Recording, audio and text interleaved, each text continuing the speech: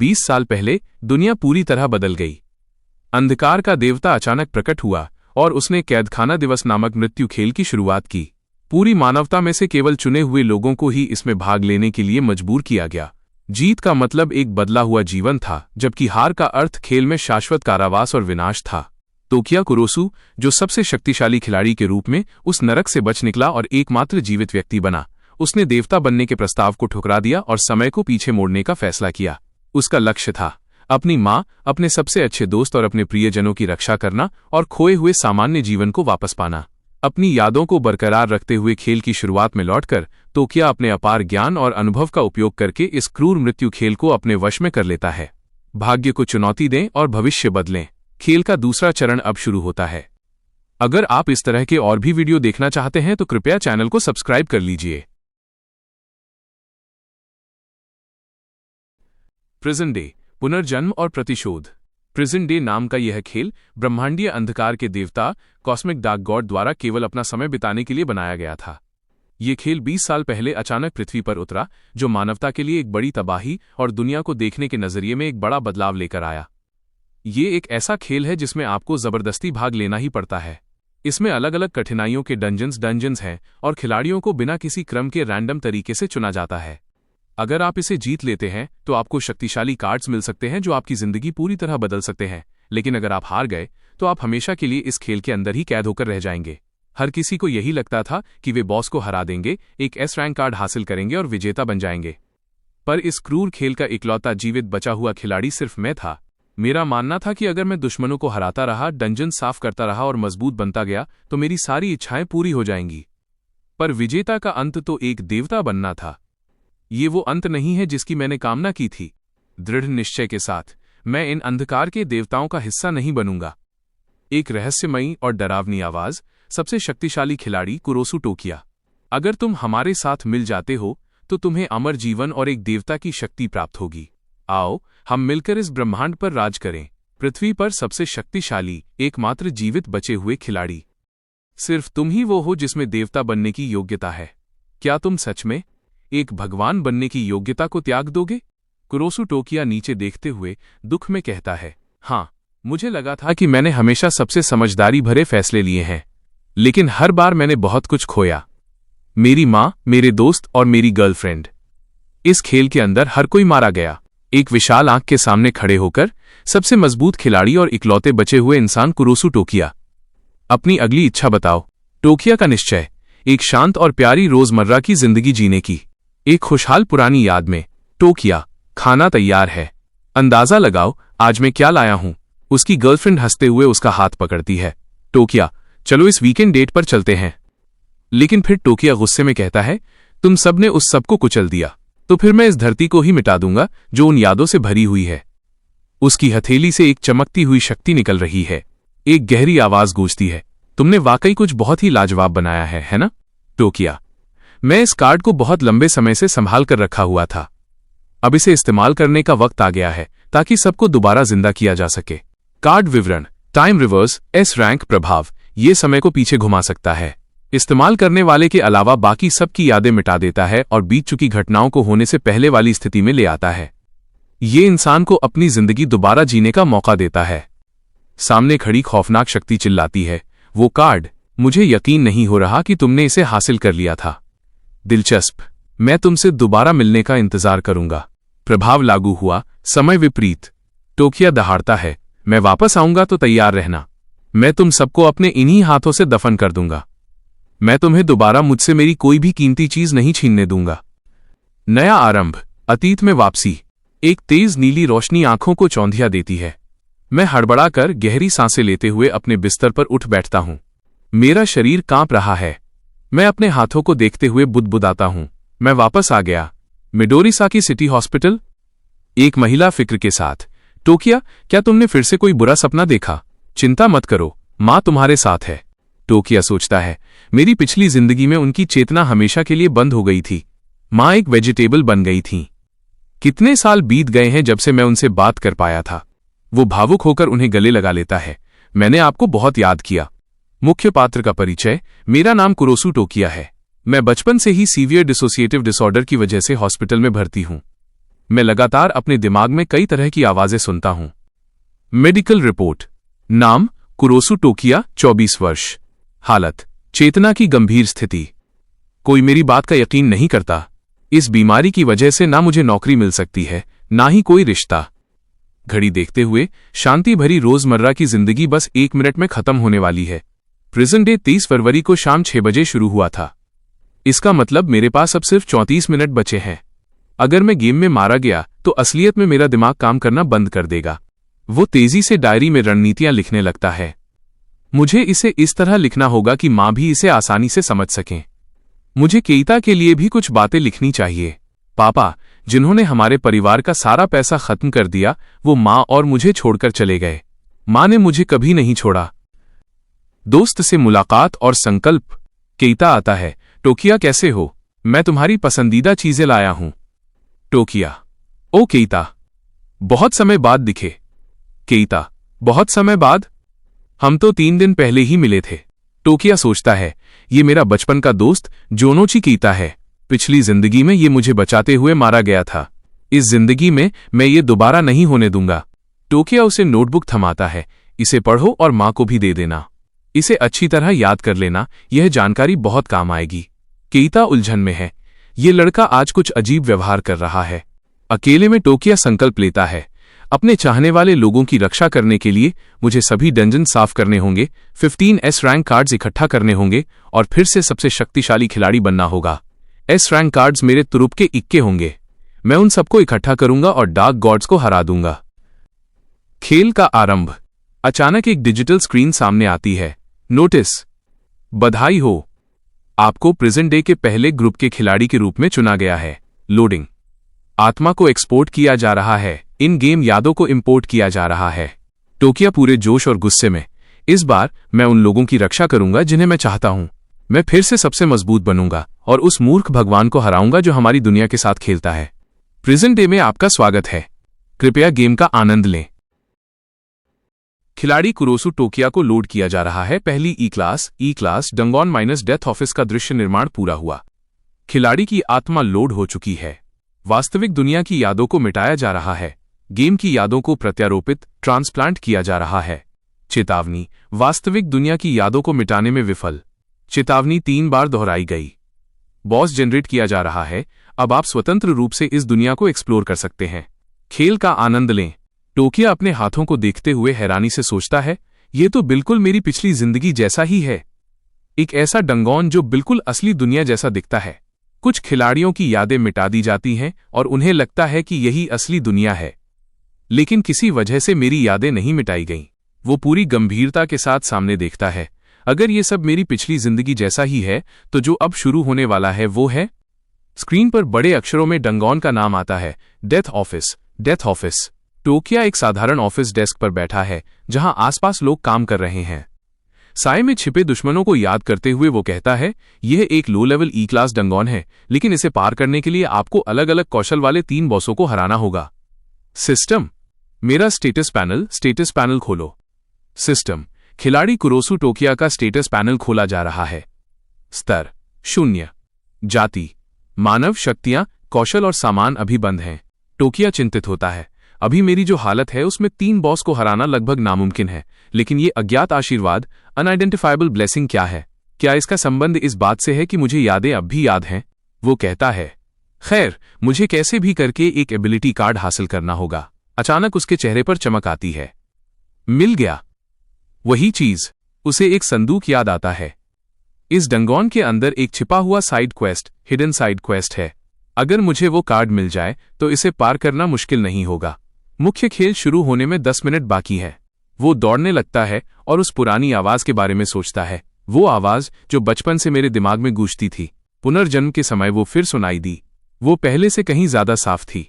आवाज का संदेश, धरती को बचाने और डार्क गॉड को हराने के लिए हमें अपनी शक्ति मिलानी होगी। अगर समय पीछे जाने के बाद भी यादें रहती हैं तो हम जीत पाएंगे। जो अतीत में लौट गया है वही हमें एक साथ ला सकता है। टोकिया सोचता है, इसका क्या मतलब है? क्या मैं एस क्लास कार्ड से अलग शक्ति पा सकता हूं? खैर, पहले मुझे खजाने का संदूक खोलना होगा। सिस्टम। हिडन लोकेशन पर पहुंच गए हैं। हिडन साइड क्वेस्ट शुरू हो रहा है। पुरुषों के शौचालय में छिपा रहस्य। वहां एक urban legend monster the cowardly ogre डरपोक दानव एक संदूक पर बैठा है। दानव GRRRRL टोकिया, मेरे रास्ते से हट जाओ वरना तुम्हारा सर फोड़ दूंगा। दानव डरकर भाग जाता है। UWAAH सिस्टम, कावर्डली ओग्रे को हरा दिया गया है। आपको एक खजाना मिला है, लेकिन चाबी न होने के कारण इसे खोला नहीं जा सकता।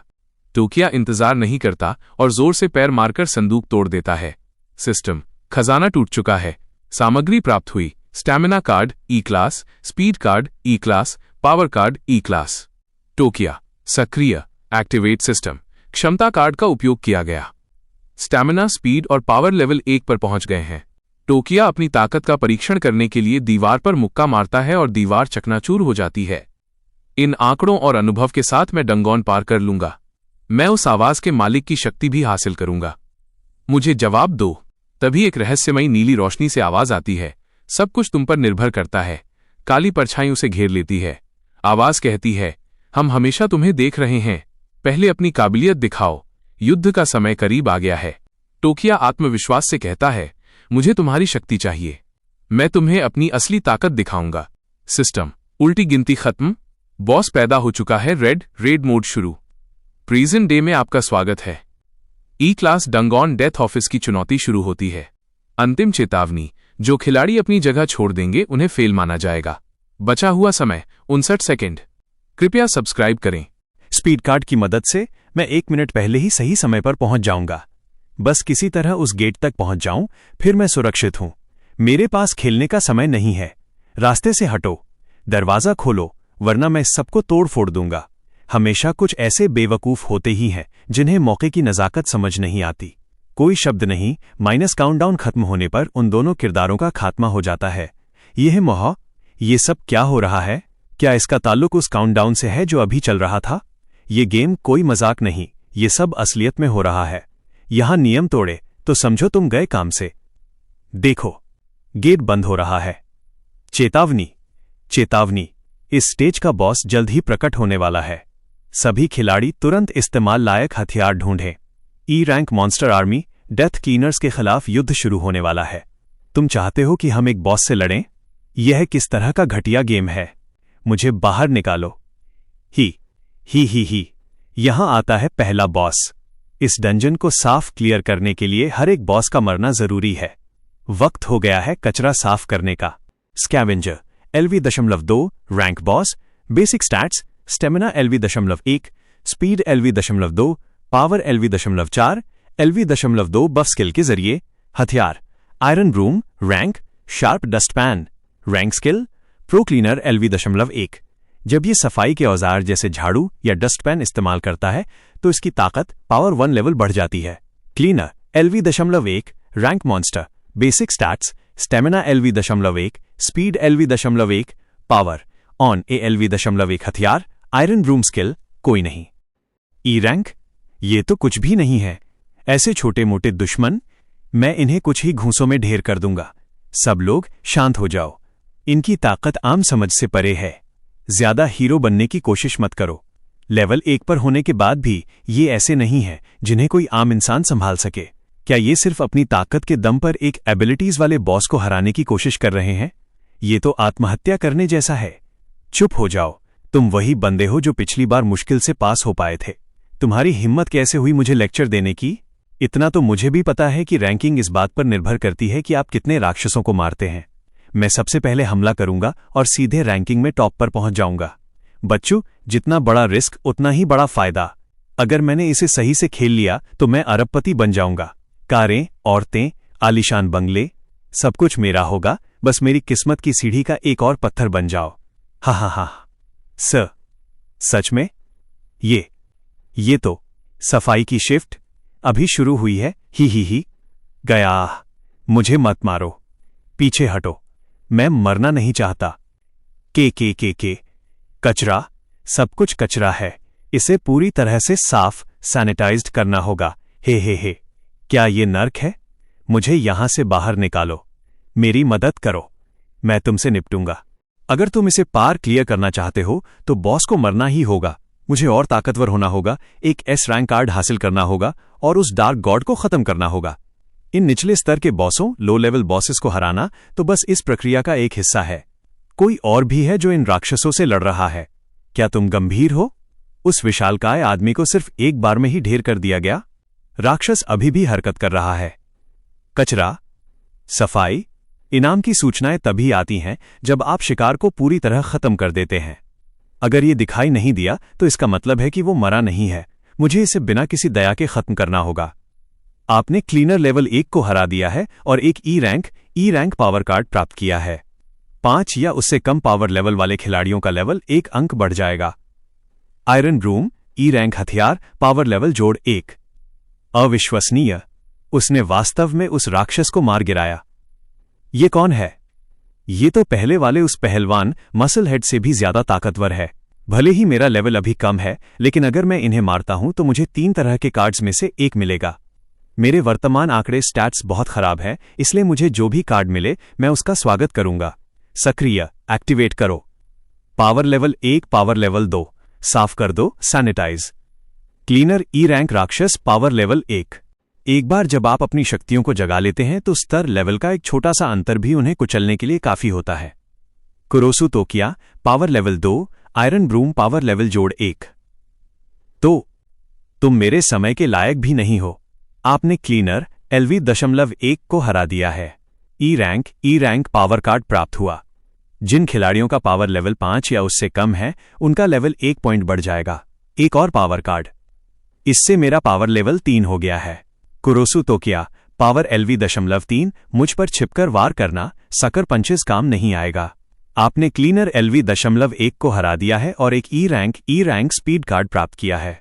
जिन खिलाड़ियों की स्पीड LV.5 या उससे कम है उनका लेवल 1 पॉइंट बढ़ जाएगा। हाँ, स्पीड भी एक बहुत ही जरूरी आंकड़ा स्टैट है। कचरा, कचरा, कचरा, गंदा और घिनौना कचरा। एग्रो वैल्यू की वजह से जिन खिलाड़ियों का किल काउंट ज्यादा, शिकार ज्यादा होता है, उन्हें दुश्मन ज्यादा निशाना बनाते हैं, जिससे खेल की कठिनाई और भी बढ़ जाती है। स्कैवेंजर का खास हुनर, यूनिक स्किल, प्रो क्लीनर, इसकी ताकत को 2 लेवल तक बढ़ा देता है। मैं यहां अकेला हूं। मुझे इस लड़ाई को लंबा खींचना होगा और उन्हें एक एक करके खत्म करना होगा। अगर तुम मरना नहीं चाहते तो उन तीनों पर कुछ फेंको। मेरे लिए थोड़ा वक्त खरीदो। जब वो घबराएंगे तब मैं उन्हें खत्म कर दूंगा। जब तक इनका पूरा ध्यान एग्रो मुझ पर है तब तक तुम बाकी सब सुरक्षित हो। अगर मुझे थोड़ा सा भी सपोर्ट मिल जाए तो मैं काउंटर अटैक के लिए मौका बना सकता हूं। अगर यहां किसी में भी काबिलियत है तो मैं उन्हें इसे क्लियर करने में मदद कर सकता हूं। और अगर ज्यादा लोग समझ गए कि इस स्टेज को कैसे पार करना है तो ज्यादा लोग जिंदा बच पाएंगे। लेकिन अगर हमने हमला किया तो क्या वो मॉन्स्टर्स हमारे पीछे नहीं आएंगे? तुम मारे जाओगे। क्या ये अकेला इसे हैंडल नहीं कर सकता? ये डरपोक लोग। लगता है मुझे खुद ही अपने लिए मौका बनाना पड़ेगा। कचरा, TRAAASH, तुम लोग ये क्या कर रहे हो? वो हमारी खातिर अकेला लड़ रहा है। अगर हमने साथ नहीं दिया तो हम में से कोई भी जिंदा नहीं बचेगा। लेकिन हम जैसे मामूली लोग इन मॉन्स्टर्स, दानवों से भला कैसे लड़ेंगे? तुम कचरे के ढेर। मैं तुम्हें साफ सैनिटाइज कर दूंगा। वाह, बॉस इसी तरफ आ रहा है। ये हमें निशाना बना रहा है। जल्दी कुछ करो। क्लीनर LV.1 को हरा दिया। क्लीनर LV.1 को हरा दिया। मेरे अभी के स्टैट्स के साथ मैं इसे 1 सेकंड में खत्म कर सकता हूं। अब बस बॉस बचा है। ई रैंक स्पीड कार्ड मिला, ई रैंक पावर कार्ड मिला। कचरा साफ करना होगा। यहां पर सिर्फ एक ही कचरा है और वो तुम हो। मुबारक हो खिलाड़ी कुरोसु तोकिया, आपने लेवल बॉस को हरा दिया है। दुश्मन को हराने में योगदान रैंकिंग अनलॉक हो गई है। पहला स्थान कुरोसु तोकिया, योगदान 700। दूसरा स्थान अनजान। तीसरा स्थान अनजान। चौथा स्थान अनजान। खिलाड़ी कुरोसु तोकिया ने पहले लेवल के बॉस स्कैवेंजर को हरा दिया है। बॉस हराने के इनाम दिए जा रहे हैं। रैंकिंग अनलॉक हो गई। 700 योगदान पॉइंट्स। जो खिलाड़ी पहला डंजन रैंकिंग में सबसे ऊपर क्लियर करते हैं उन्हें NO00 एक SRANK कार्ड मिलता है। मैं इसे अपनी पिछली जिंदगी में नहीं पा सका था, लेकिन हर S रैंक कार्ड के पास बेहद शक्ति होती है। मैं सोचता हूं कि नंबर 001 के पास किस तरह की शक्ति होगी।